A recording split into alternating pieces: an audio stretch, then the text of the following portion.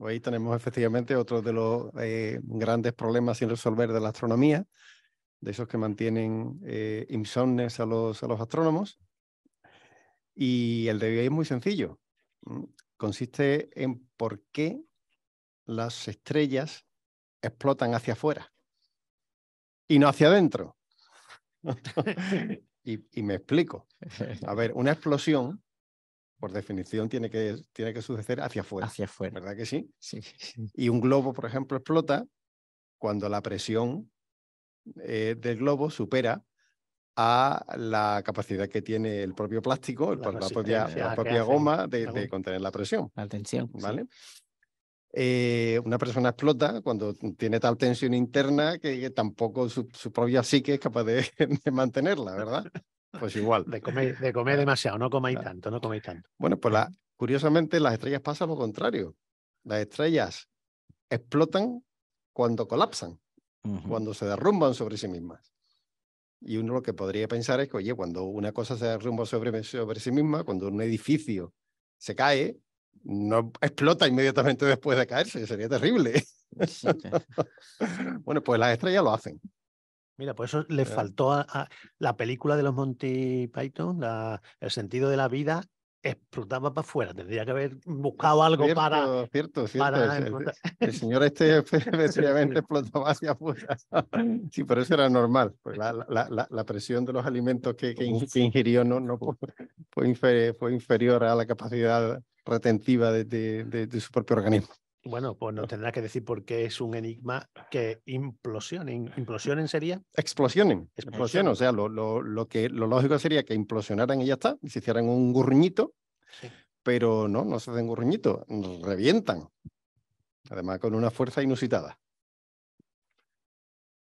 Bueno, pues estamos hablando de explosiones de estrellas, ¿vale? ¿Cómo se llama esto de una estrella que explota?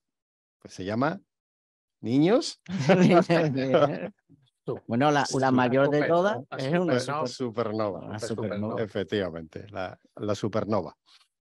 Es como se denomina en astronomía al fenómeno por el cual una estrella explota. ¿Vale? Es la definición de supernova, la explosión de una estrella. Bueno, sería nova, ¿no? Y supernova.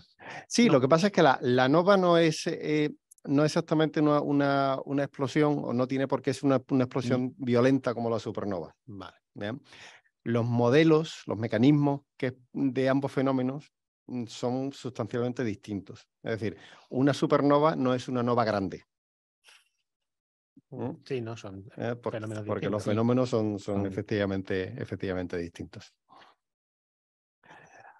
Vamos a explicar antes que nada este nombre supernova de dónde viene. Vamos a ver la etimología del término.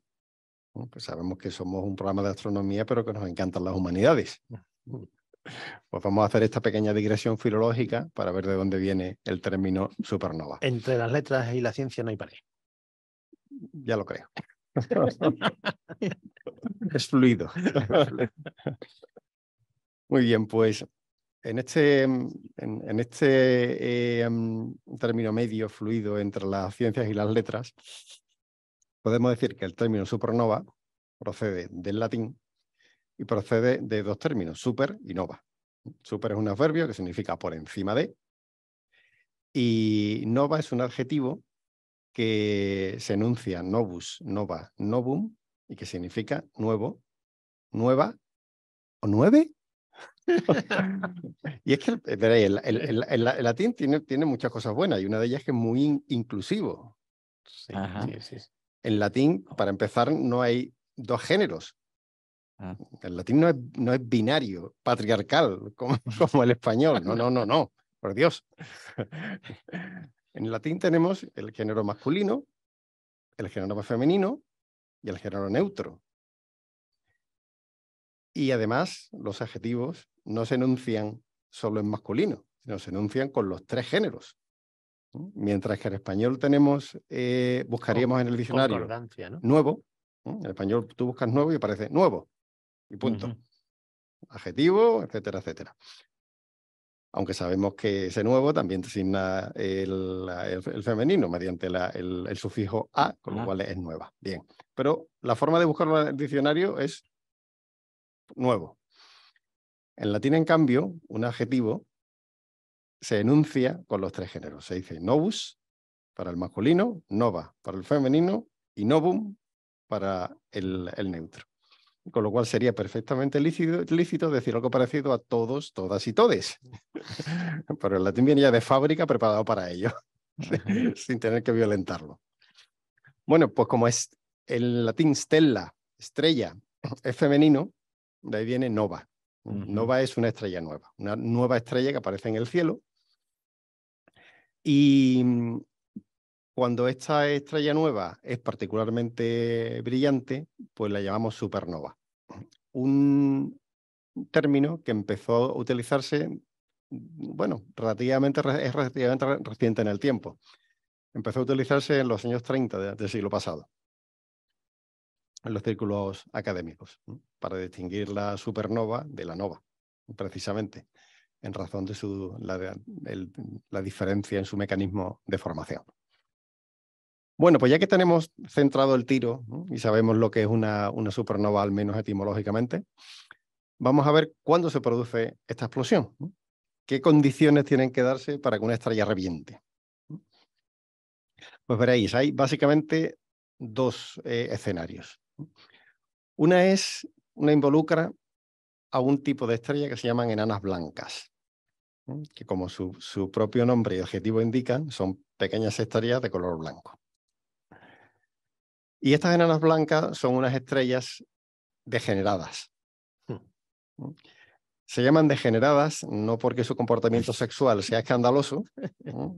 Se me ocurren otro tipo de estrellas degeneradas, sino porque están hechas de materia degenerada, es decir, no de la materia atómica normal que acostumbramos a tener en el mundo sensible, tangible que nos rodea, sino una materia muy compacta, que proviene de la evolución que ha sufrido la estrella a lo largo de su vida y que tiene esta particularidad muy, muy compacta, ¿vale? Una cucharadita de una enana blanca pesaría posiblemente tanto como una montaña, ¿vale? Con lo cual, cabe esperar... Y además todo desordenado, no como los átomos que tienen su núcleo en su sitio, sus electrones, allí está todo mezclado y muy, muy apretujado. Efectivamente, como una sopa. Una sopa. Pues veréis, en esta enana blanca, que ya veis que tienen particularidades, no son materia como la habitual, se pueden desencadenar unas fusiones nucleares que se llaman por fuga térmica. Y metemos otro concepto más, ¿vale? Esto de la fuga térmica es lo siguiente. Es un tipo de reacción que consiste en un bucle de retroalimentación positiva. Metemos otro concepto más. Parece mentira, pero para explicar un concepto complejo parece que tenemos que meter otro concepto más complejo todavía. Verlo explicando un poquito para que claro, los que nos siguen podamos... Pues fijaos, un bucle de retroalimentación positiva simplemente es un mecanismo en el cual el resultado alimenta a su vez el origen para que el resultado se vaya multiplicando, ¿vale? Es como típica reventación. Tú eres un capullo, pues tú eres más, que te doy, que te meto. Y al final, pues, navajazos, ¿vale? Eso es típicamente un caso de retroalimentación positiva. Pues cuando hablamos de física, un caso sería un aumento de la temperatura de un cuerpo que produce un aumento de energía, que a su vez produce un aumento de la temperatura, que a su vez produce un aumento de energía, y así un pequeño aumento de la temperatura acaba provocando un tremendo aumento final en la temperatura, ¿vale?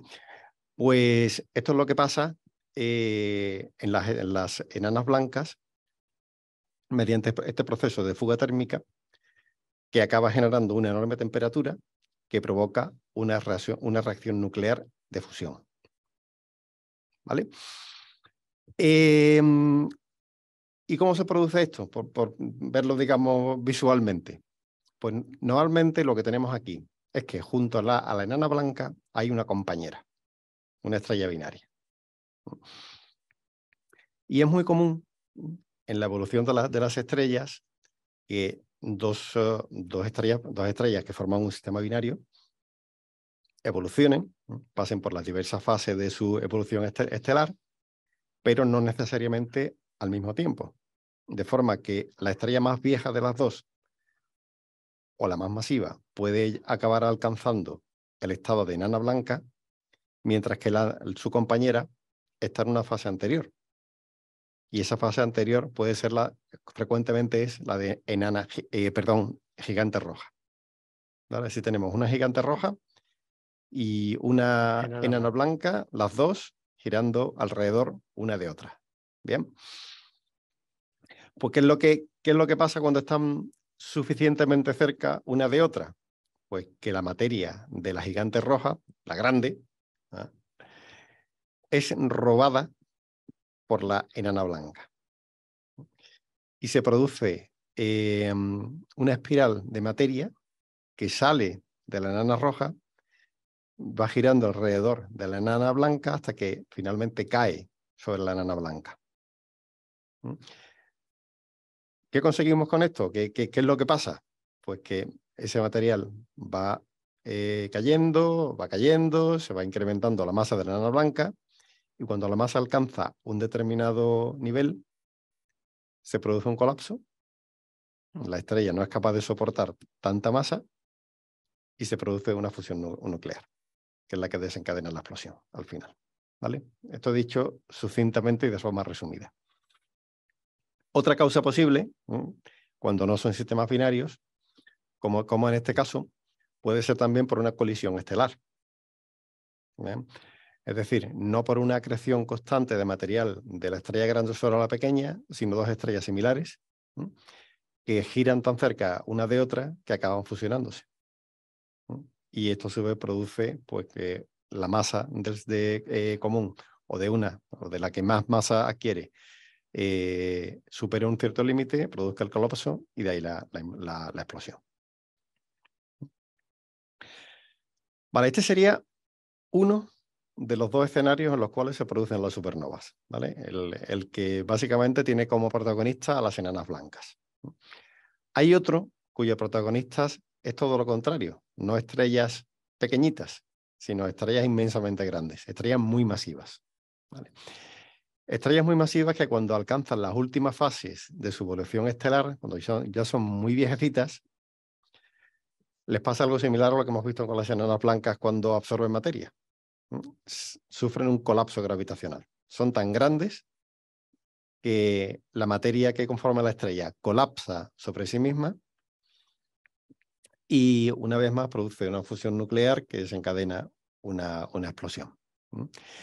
En este caso, la causa final es que la estrella, al ser tan grande y tan vieja, ya no produce suficiente energía como para contrarrestar su propio peso. La gravedad le gana la partida a la propia energía de radiación de la estrella y eso provoca el colapso, que a su vez provoca un incremento de la temperatura, una fusión nuclear y una explosión. Bien. Bueno, pues esto sería el planteamiento de por qué suceden las supernovas. Un poquito más adelante llegaremos a ver dónde está el enigma de todo esto, de por qué realmente hay una explosión como tal. Hemos mencionado que las supernovas pueden tener como origen bien una enana blanca o bien una estrella muy masiva y vieja. ¿Ya? Esto es lo que se conoce como el progenitor de la supernova. ¿Ya? ¿Cuál es el objeto estelar que da origen a la supernova? ¿Y cuál es el destino de este progenitor después de la explosión? Morir. ¿Ya? Pues hay varias posibilidades. Siempre muere. ya lo hemos adelantado. Acaba mal. Mal acaba, ¿vale? ¿Y el asesino es el mayordomo o cómo va? Lo que pasa es que a veces deja cadáver y otras veces no lo deja. No lo deja. Ahí no se encuentra. Otra vez no se encuentra. Esa es la diferencia. Hay veces o más bien no se ve. Está ahí, pero no se ve. Hay veces que la estrella se destruye por completo, ¿vale? Y en este caso puede dejar una nebulosa difusa, ¿vale? El cadáver más bonito que puede dejar una estrella. ¿Eh? Una nebulosa difusa que concretamente se conoce como remanente de supernova. Y en el catálogo Messier, tan conocido por los aficionados, tenemos el número 1, que es precisamente un remanente de supernova. No sé, creo que es el único, Lito, que no sé si hay otro por ahí. No, pero en el catálogo en el Messier, Messier creo que es el único. solo uno. Efectivamente. Solo uno. Después ya hay otros catálogos que tienen más, pero en el Messier el 1. Empieza por el 1 y ya no hay más. Y ya no hay más. Y luego tenemos otro, fuera del catálogo Messier, tenemos otro remanente de supernova también muy conocido entre nosotros, que es la nebulosa del Velo. Ah, por eso. Ese sí, Pero pero ese no ese está en el tiene catálogo. un nombre más largo. Sí. Además está en dos Ah. partes. Está catalogado como están tan separadas las dos partes, tienen dos números diferentes, Eso pero es efectivamente. el mismo remanente. objeto. Eso Pero... es. Bueno, pues esto es una posibilidad, ¿vale? Que la estrella sencillamente desaparezca. Pero la otra posibilidad es que el progenitor que colapsa deje un cadáver que no se ve, que es lo que decía Lito, que puede tomar la forma de estrella de neutrones, que es otra materia degenerada en estado máximo, u otra forma aún más degenerada, que es el agujero negro. Así que esos son los posibles destinos finales de una supernova. Y luego veremos un poquito las posibilidades de que aparezca uno u otro. Vale, hasta aquí el origen de las supernovas. Vamos a ver cuáles son sus efectos. Porque una explosión como esta no es cualquier cosa en el universo. Que no te coja cerca, que no te coja cerca. A ver. Bueno, cerca astronómicamente puede ser muy lejos, ¿eh? Una supernova es una bomba de fusión, una bomba de hidrógeno. ¿Vale? Y como bomba nuclear, que la mayor cantidad de energía que produce es en forma de onda de choque. ¿Vale? Pensemos que el medio interestelar, comparémoslo. Tú eres más de Odisea 2001, ¿eh? Eso iba a decir yo, se nota, ¿eh? Odisea al poder. Efectivamente. Os decía, imaginemos que el medio interestelar es un estanque, ¿vale? Un estanque que está en relativa calma.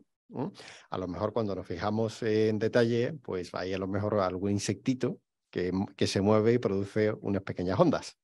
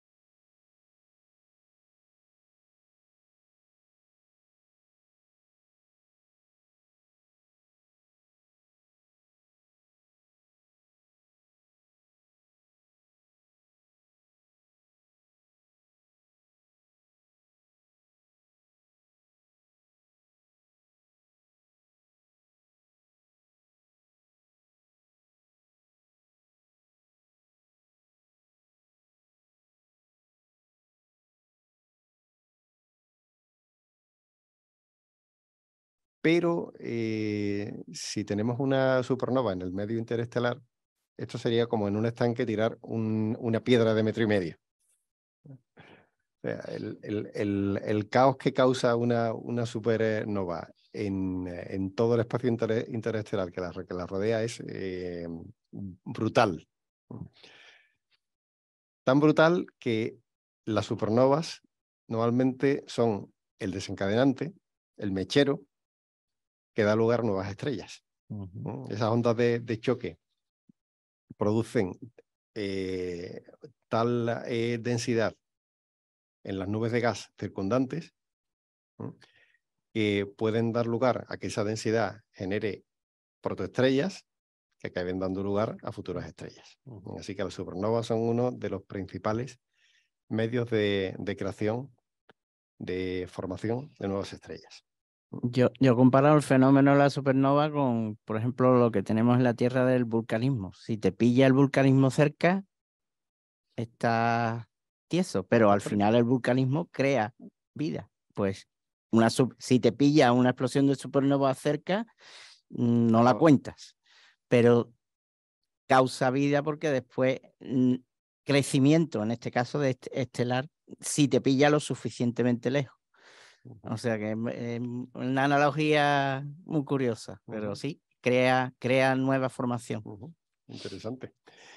No solo crea estrellas, sino que además en una explosión de supernova, en el seno de la explosión se produce la nucleosíntesis, la formación de nuevos elementos, de núcleos atómicos, que solo se producen en este tipo de fenómenos.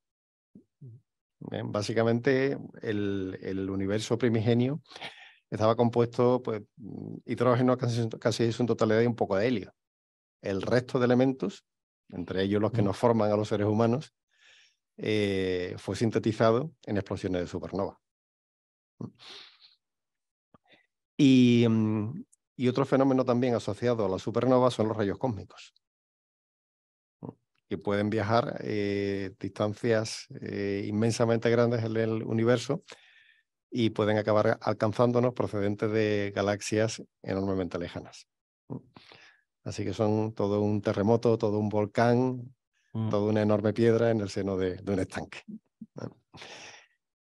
¿Y con qué frecuencia aparecen? Es decir, ¿cómo de normales son las supernovas? Pues veréis, se calcula que en una galaxia media, como nuestra Vía Láctea, en la cual hay cientos de miles de millones de estrellas, se producen solo unas 3 por siglo, de las cuales normalmente no vemos, porque si tiene lugar al otro lado de la galaxia, el polvo nos la tapa. ¿Vale? Pero no serán la mayoría de agujeros negros, porque si empiezan a crecer muchos agujeros negros, 3 por siglo, bueno, en unos pocos de siglos... Es que no todas las supernovas dan lugar a agujeros negros. Por eso que la probabilidad de agujeros negros será más pequeña que... Y también los agujeros negros que generan las supernovas son los pequeñitos. Que hay agujeros negros más preocupantes, los intermedios y los masivos, pero los de masa estelar, pues bueno, que haya alguno que otro metido el agujero negro dentro de la galaxia tampoco es demasiado peligroso. Sí, y luego hay otra cuestión, y es que las estrellas candidatas a progenitores son muy escasas. Sí. Es decir, estrellas, fijaos que son por una parte enanas blancas con una compañera, ¿vale? Ya eso limita mucho el abanico. Y por otra parte, estrellas enormemente masivas, que no son ni lejanamente las más frecuentes. El Sol, por ejemplo, no se convertirá. El Sol, las estrellas similares al Sol no cualifican para ser progenitor de una supernova. Bueno, pues aquí un poco la presentación de la supernova, los progenitores, los efectos, la frecuencia, etcétera, etcétera. Vamos al enigma, ¿no? Se nos acaba el tiempo. Bueno, el enigma tiene mucho que ver con el modelo de formación, ¿vale? Antes hemos mencionado que había básicamente 2 tipos de progenitores, las enanas blancas y las estrellas viejas supermasivas, ¿vale? Cada una de ellas asociada a un proceso. Las enanas blancas asociada al proceso de fuga térmica, que hemos mencionado antes, y las estrellas supermasivas asociadas al colapso de su núcleo, ¿vale? Vamos a ver un poquito cada uno, ¿vale? El proceso de fuga térmica. Hemos mencionado antes que normalmente este tipo de estrellas, enanas blancas, que explotan por una acumulación de material, ¿vale? Esa compañera binaria, esa gigante roja, que va, la enana blanca le va robando materia, ¿no? Y llega un momento en que se alcanza un límite. Ese límite se conoce como el límite de Chandrasekhar, como su propio nombre indica, un astrónomo indio. Y ese límite está en 1,44 masas solares de una enana blanca, ojo, no de una estrella normal, ¿vale? Pensemos que una estrella muy compacta, ¿vale? Pues cuando se alcanza este límite de Chandrasekhar, la masa de la estrella hace que la gravedad, que es proporcional a la masa, supere un umbral que se llama el umbral de degeneración electrónica, ¿vale? Este umbral identifica el momento en el cual la presión que hace, que sucede en todos los átomos, por cierto, ¿vale? Todos los átomos, sabéis que están la capa electrónica por fuera y el núcleo, donde están los protones y los neutrones, ¿vale? ¿Por qué si los electrones tienen carga negativa y mientras que el núcleo, que tiene protones y neutrones, tiene carga positiva? ¿Por qué no chocan unos con otros? ¿Por qué no se atraen? ¿Ven? Pues a consecuencia precisamente de esta presión que se llama de degeneración electrónica, ¿vale? Esto es lo que hace básicamente que la materia no colapse sobre sí misma, ¿vale? Pues superado el límite de Chandrasekhar en una enana blanca, esto se supera, se produce un colapso. Un colapso, recordemos, una enana blanca es una estrella tremendamente compacta. Pues superado este límite, esa masa compacta se hace aún más compacta. Fijaos las presiones de las que podemos estar hablando. Y eso provoca la ignición nuclear del núcleo y por tanto la explosión, ¿vale? Y aquí se da un fenómeno muy particular y es el siguiente. El fenómeno solo tiene lugar, esta explosión solo tiene lugar en el momento en que se supera el límite de Chandrasekhar, es decir, 1,44 masas solares, ni antes ni después. Eso hace que todas las supernovas que proceden de enanas blancas tengan la misma masa y por tanto la misma luminosidad, dando lugar a una magnitud característica y a una curva de luz característica. Y esto hace que puedan funcionar como lo que se conoce una candela estándar. Si vemos una supernova de este tipo, que por cierto se llaman del tipo 1A, las que proceden de estas enanas blancas, si vemos una explosión de este tipo, sabemos que tiene una luminosidad absoluta, propia, constante, característica. Y por tanto, la diferencia que podamos percibir visualmente en la luminosidad relativa procede únicamente de la distancia a la que se encuentra. Evidentemente el polvo que puede haber por en medio y otras consideraciones, ¿vale? Pero como se dice en economía, ceteris paribus, a igualdad de otras condiciones, la luminosidad de una supernova de enana blanca tipo 1A depende exclusivamente de la distancia a la que se encuentra. Lo cual nos sirve para determinar, si la observamos en una galaxia, a qué distancia se encuentra esa galaxia. Con lo cual son una herramienta observacional muy importante. Vale. Clave en la astronomía. Absolutamente clave. Clave, total. Absolutamente clave. Así formó un antes y un después en la astrofísica el saber que existía ese tipo de candela estándar, porque expandió la medida de saber lo grande que era el universo por este método, porque teníamos un alcance limitado y lo lo llevó muchísimo más En allá. alguno de tus cursos te he escuchado yo esto, Claro, de claro. astrofísica. Es que estoy repasando, me estoy repasando mentalmente lo que digo. Sí, sí. Vale, hasta aquí el mecanismo de las tipo 1A, enanas blancas, ¿vale? Vamos ahora al tipo 2. El tipo 2 son aquellas estrellas masivas cuyo núcleo colapsa, ¿vale? Y aquí, bueno, aquí hay una enorme variedad de posibles causas del colapso, una enorme variedad de tamaños de la estrella, cuyo límite inferior, ya os avanzo, que está en 9 masas solares, es decir, una estrella que sea inferior a 9 veces la masa del Sol, no llega a cualificar para ser una supernova. ¿Vale? Y en función de la causa del colapso, en función de la masa de la estrella, en función de la metalicidad de la estrella, ¿no? Que metalicidad en astronomía es sencillamente todo lo que no sea hidrógeno. Entonces, en función de que esta estrella esté más o menos contaminada, vamos a llamarlo así, de otros elementos que no sean el hidrógeno, pues la supernova se producirá de una forma o de otra, con mayor o menor luminosidad, y el remanente será uno u otro. Podrá no haber remanente en absoluto, podrá haber un agujero negro o podrá haber una estrella de neutrones.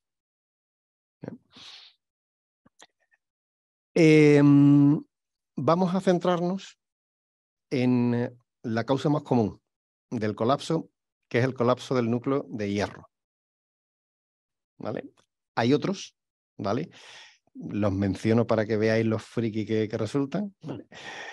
Los otros alternativos al colapso del núcleo de hierro serían la captura electrónica de un núcleo degenerado de oxígeno, neón y magnesio. Eso daría para varios programas, incluso para una tesis. Una segunda, que sería la inestabilidad de pares neutrino-antineutrino, por cierto. Y mi favorito, porque el nombre mola que te cagas, que es fotodesintegración. Lito asiente. El más chulo. La fotodesintegración es, como su propio nombre indica, la desintegración de un núcleo atómico gracias a la luz. Sí, los ¿Vale? fotones van tan energéticos que se cargan todo lo que hay por ahí. Efectivamente. Cuidado que te fotodesintegro. Que no es hacerte una fotografía. No, ni mucho menos. Son fotones tan energéticos de rayos gamma, Oye. por supuesto, que llegan a romper el núcleo atómico y provocan la aniquilación de una de las partículas del núcleo. De forma que se transforma el núcleo en otra cosa. Por eso también se llama fototransformación o fototransmutación. Nombres que flipantes, ¿eh? Bueno, estábamos hablando de que nos vamos a centrar únicamente en el colapso del núcleo de hierro. ¿Vale? Vamos a ver por qué esto del colapso del núcleo de hierro, por qué un núcleo de hierro. ¿Vale? El hierro ya es pesado. Claro, el hierro No es muy solo, pesado, ¿eh? ¿vale? Recordamos que aquí las protagonistas, ¿no? Los progenitores, son estrellas muy viejas y muy masivas, ¿vale? Estrellas muy viejas son las que han quemado todo su combustible nuclear y han ido cada vez más degenerando el hidrógeno primigenio que quemaron.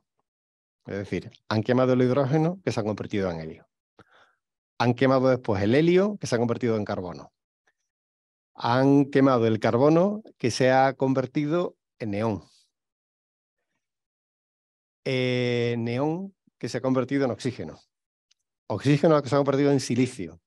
Y silicio que se ha convertido en hierro. Un camino largo. Sí. Camino largo, efectivamente. Pues todas estas son fases de la evolución estelar. ¿Vale? Y el horno a toda pastilla, claro, cada vez más rápido, claro, y cada vez más caliente. Y efectivamente. no tiene suficiente y el siguiente. Y quema bueno, quemar claro. no, fusionar el siguiente. Y, Fusiona. Y va aquello a escala. Claro, claro. Claro, Está muy bien. Pasa que, claro, el hidrógeno se va convirtiendo en helio. Como el helio más pesado se va acumulando en el núcleo. ¿Vale?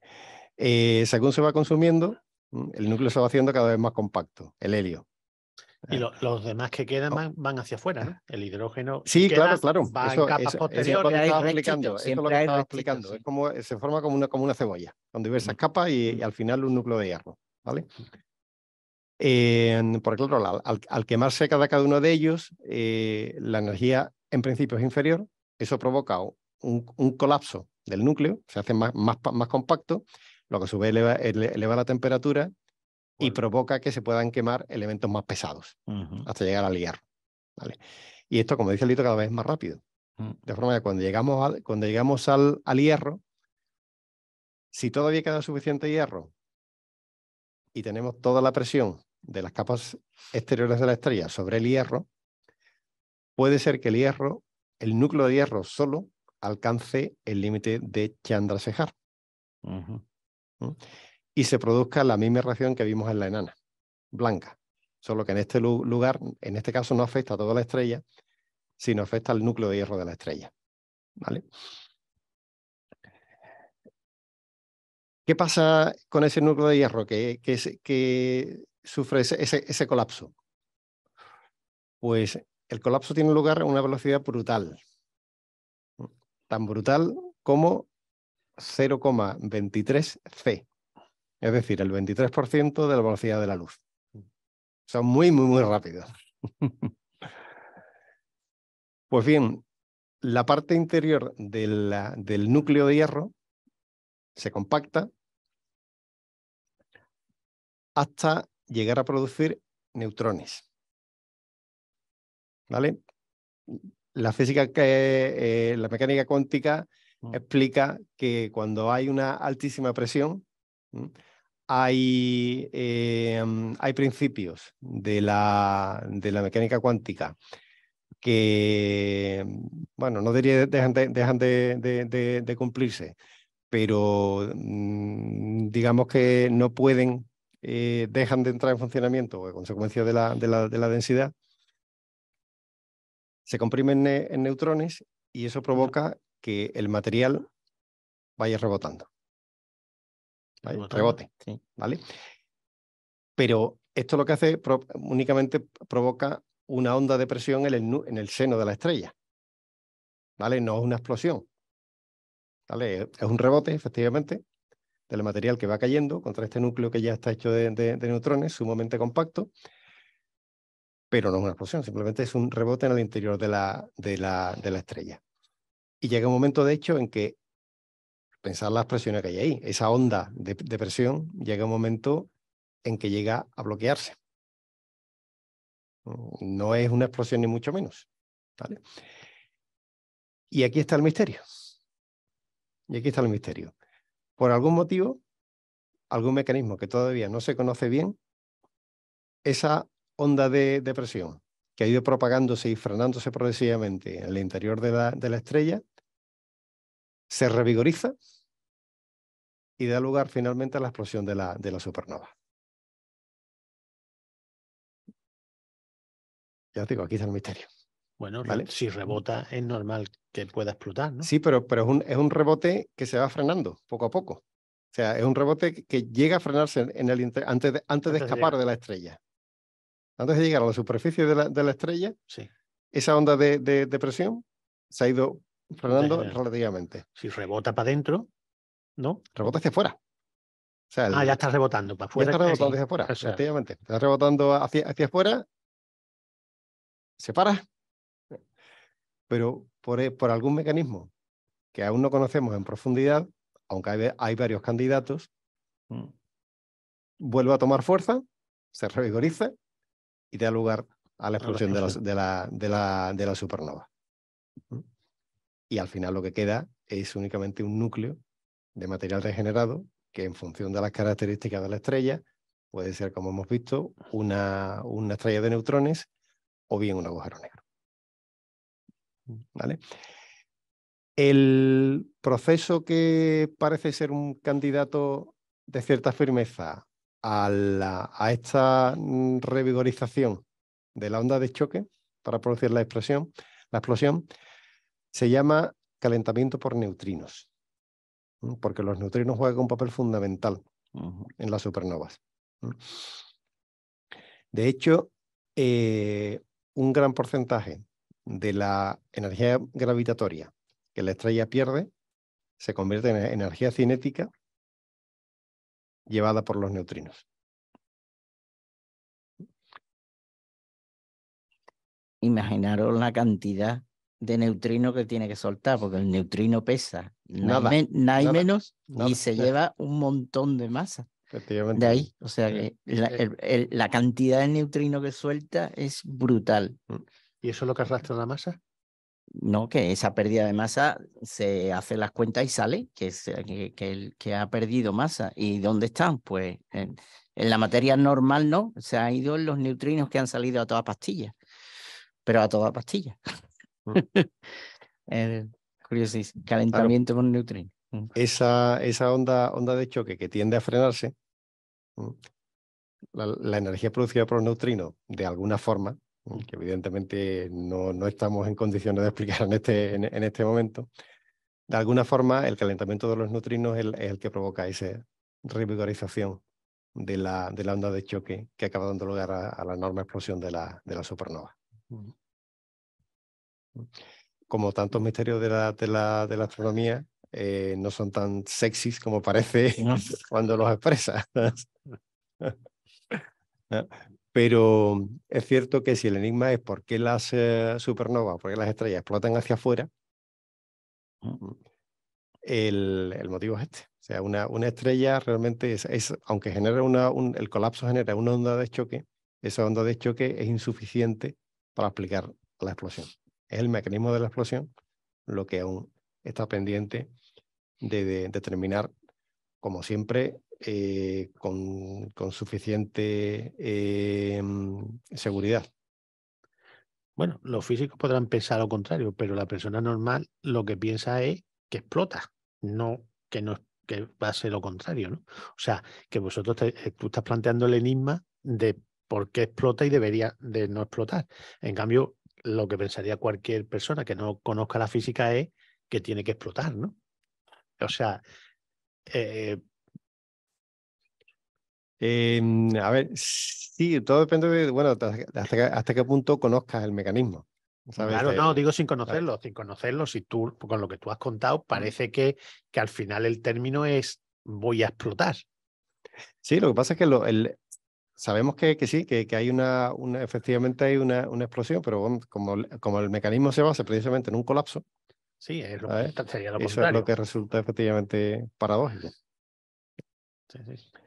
Pues un efecto, vamos, que se tiene que estudiar bastante es la frontera esa que forma el objeto de todo lo que viene por encima de él, colapsando todavía, que no se ha enterado de la misa a la media, porque hay parte de la estrella que no se ha enterado que el núcleo de hierro ha degenerado en neutrones y ese fenómeno del por qué, cuando se termine de explicar, se podrá delimitar el tamaño, cuánto se queda el objeto degenerado, en este caso la estrella de neutrones o el agujero negro, y cuánto puede salir fuera por la explosión.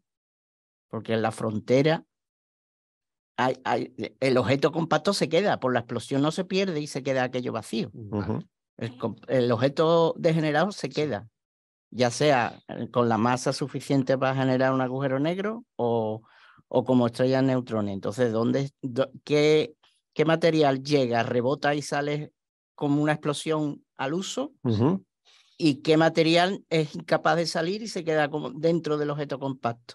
Pues ahí está la física de la frontera esa, está fastidiada. Claro, realmente lo que explota son las capas exteriores de la estrella, por lo menos exteriores al núcleo. Yo ese enigma tan profundo que me ha encantado escucharte, lo abrevio en el curso de astrofísica diciendo que el objeto compacto se queda ya tan compacto que no tiene sitio. Es tan degenerado porque si tú... Hay varias fases de degeneración, como hemos dicho. La estrella enana blanca es degenerada, pero todavía hay un estado más degenerado, más compacto. Pues llega ese tamaño, que es la estrella de neutrones, que para que os hagáis una idea, la Tierra puede caber en una cucharilla de café de materia degenerada de estrella de neutrones, tiene la misma masa que la Tierra. ¿Cómo? La cucharilla de café. Lo que quepa en una cucharilla de café, sí. Ese tamaño, sí, tiene la masa de la Tierra. Como si compactaras la Tierra y la dejaras del tamaño de una cucharilla de café. Justo. Eso. Porque la estrella Neutronet es otra degeneración un poquito, que tiene un poquito más de amplitud, un poquito solo, que es una estrella del tamaño de la Tierra. Una estrella normal de la secuencia principal, de 1, 2... La enana blanca. La enana blanca tiene el tamaño, la masa de una estrella en el tamaño de la Tierra. La concentración. Unos 6.000 kilómetros de radio. Y tiene pues 1 o 2 o 3 masas solares en el radio, en 6.000 kilómetros de radio. Pues una cucharilla de café, que pueden ser 1,5 centímetros, ¿no? Más o menos, centímetro y medio, tiene la masa de la Tierra, en 1 centímetro. Pero entonces... Imaginaros el hueco que hay ahí. Ahí prácticamente no hay hueco. Entonces, toda la materia que va cayendo, que no se ha enterado de que está colapsando el hierro, sí, rebota porque es que ya no tiene sitio. No puede entrar en esa compactación. Esa es como lo explico yo. No quiero, en los cursos no me voy a poner a todo, ¿sabes? Pero está, porque digo, es que ya es que no queda sitio. La materia ya está, que se dice que está hueca normalmente, los átomos es prácticamente hueco, pues allí ya no son, allí están todos pegaditos. Y ya no son ni átomos, son neutrones solo, en ese caso. Todos son neutrones. Así soslayo yo un poquito ese enigma tan grande, y llego al final del curso de evolución estelar, pues comentando cómo se llega al agujero negro y a la estrella de neutrones y a esa explosión de supernova, que es explosión.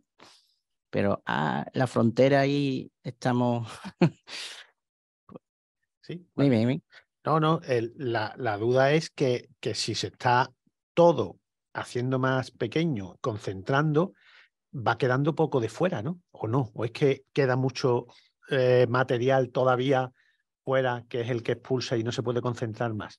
Claro, porque dependerá de lo grande que sea. Siempre queda material en las capas externas, tanto del colapso, cuando los primeros de una estrella masiva se va generando elementos más pesados. Sí. Yo lo explico en el curso diciendo es una ley de física de conservación del momento lineal. Hay una cosa que está parada, está estática. La estrella estaba estática porque tenía un equilibrio entre lo que se expandía y lo que se comprimía. Estaba parada, digamos, en un radio determinado. Sí. Si cuando se comprime las partes interiores van para adentro, la física dice que las partes de fuera tienen que ir para afuera. Entonces, esas se van muchísimo antes y eso, el espacio circundante se queda siempre con materia. Entonces, cuando ya la explosión verdadera de la supernova atraviesa ese material que se ha quedado desde hace ya muchísimos años, yéndose a una velocidad lenta, pues ahí interaccionan y salen las nebulosas planetarias o salen los remanentes de supernova, que son los choques entre la materia que no se ha enterado de nada o que salió la primera de la que vino de la explosión desde dentro. O sea que siempre queda algo, ¿no? Es decir, que ha limpiado todo. El objeto compacto nunca limpia lo de alrededor. Claro, pero siempre... la idea del agujero negro es que sí limpia lo que hay alrededor, ¿no? O sea, pero de un radio hacia adentro. Vale. De un radio hacia adentro sí lo limpia, porque es que ya ni siquiera la luz sale de ahí. Pero de ese radio hacia afuera puede haber materia. De hecho, las estrellas, cuando se han descubierto ahora los agujeros negros supermasivos de los núcleos de las galaxias, se han descubierto. El de nuestra galaxia se descubrió porque las estrellas que están alrededor del agujero negro siguen moviéndose. Están allí y están en equilibrio como si fuera un sistema solar, con un cuerpo que es el masivo negro dentro, sí, y una estrella dándole vueltas. Llegan a ver cosas estables fuera del agujero negro, girando, claro. Es la única manera, igual que el sistema solar atrapa a los planetas, pues un agujero negro puede atrapar en órbita estable a las estrellas que tenían cerquita entre comillas. Porque el de la Vía Láctea tiene 2 millones de masas solares, 2,5 millones de masas solares. El agujero negro supermasivo, el que hace girar el molinillo, que ya es, 2,5 millones son muchas, ¿eh? Y las hay peores, el de la primera foto que se hizo, que se consiguió del núcleo de M82, que es otra galaxia que nos daba bien, teníamos buena perspectiva del núcleo, por eso fue el primer agujero negro que se midió. Ese es más grande que la Vía Láctea. M82 es más compacta en el centro y es todavía más grande. O sea que, bueno, que me desvío. Hay una cosa que has comentado, Lito, Dime. porque antes cuando decía Marcos lo del tema de los remanentes de supernovas de la M1 o la nebulosa del Velo, y tú has comentado ahora las nebulosas planetarias, o sea, pero ¿los dos surgen de supernovas o No, de no. supernovas diferentes? Son remanentes de explosiones. Lo que pasa es que, bueno, uno se puede llamar explosión en la astronomía. La otra, eso es lo que a mí me gusta decir. Es un puff, porque las nebulosas planetarias salen a una velocidad, hombre, que por número te puede aparecer asombrosa, pero comparados con otros vientos estelares y con otras partículas que salen a otras velocidades, son lentas. Las nebulosas planetarias son lentas. De hecho, en la historia de la astronomía fotográfica, que tenemos registros fotográficos, hay nebulosas fotografiadas hace siglo y medio, nebulosas planetarias, que están igual de tamaño. Pero una supernova, por ejemplo, la última que hubo en nuestra galaxia en 1987, la 1987A, ya casi no que fue una supernova, ahora está el doble de grande o el triple, y se ha visto en era histórica, o sea, está registrado por fotografía de que el tamaño del remanente es el doble de grande.